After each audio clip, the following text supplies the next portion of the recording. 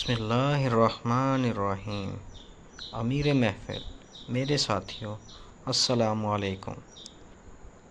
محسن انسانیت محمد صلی اللہ علیہ وآلہ وسلم میں اپنے ادنیٰ اور حقیق الفاظ میں تقریر شروع کرتا ہوں۔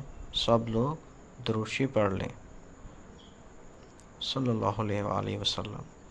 حضور اکرم صلی اللہ علیہ وآلہ وسلم سب کے لیے ایک رول ماڈل ہے۔ ان حضرت صلی اللہ علیہ وآلہ وسلم کی زندگی اس دنیا کے ہر فرد کے لیے ایک رول ماڈل ہے جو اللہ اور قیامت کے دن پر یقین رکھتا ہے۔ آپ صلی اللہ علیہ وسلم کی تمام زندگی ہم سب کے لیے مکمل ضابطہ حیات اور دنیا نے سارے علماء، فلسفیوں، مبلغین کو دیکھا ہے، لیکن کوئی بھی حضرت محمد صلی اللہ علیہ وآلہ وسلم جتنا عظیم نہیں تھا۔ اللہ نے انسانیت کی رہنمائی کے لیے تاریخ کے ہر دور میں اپنے رسول بھیجے۔ دنیا صدیوں سے آخری نبی کی منتظر تھی۔ اس طویل انتظار کا اختتام ان حضرت صلی اللہ علیہ وآلہ وسلم کے ساتھ ہوا۔ وہ اللہ تعالیٰ کے آخری نبی کے طور پر بھیجے گئے تھے۔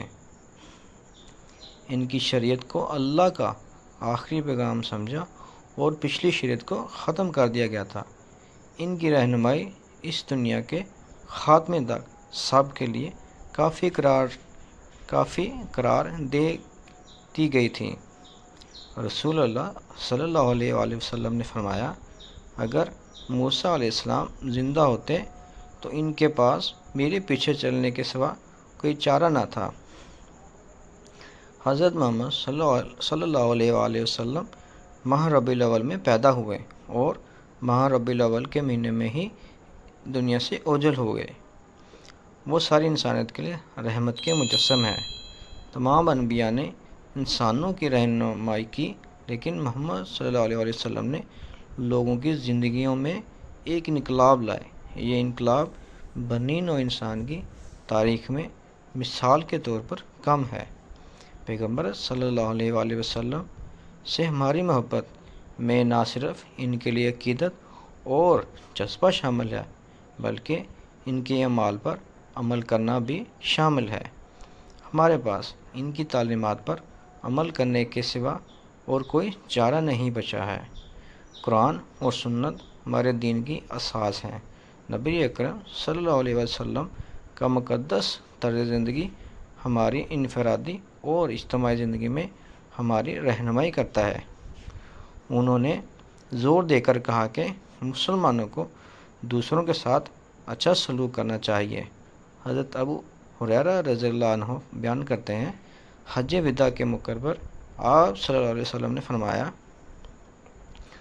آپ کے درمیان دو چیزیں چھوڑ رہا ہوں، آپ نے کبھی سیدھے راستے سے انحراف نہیں کریں گے۔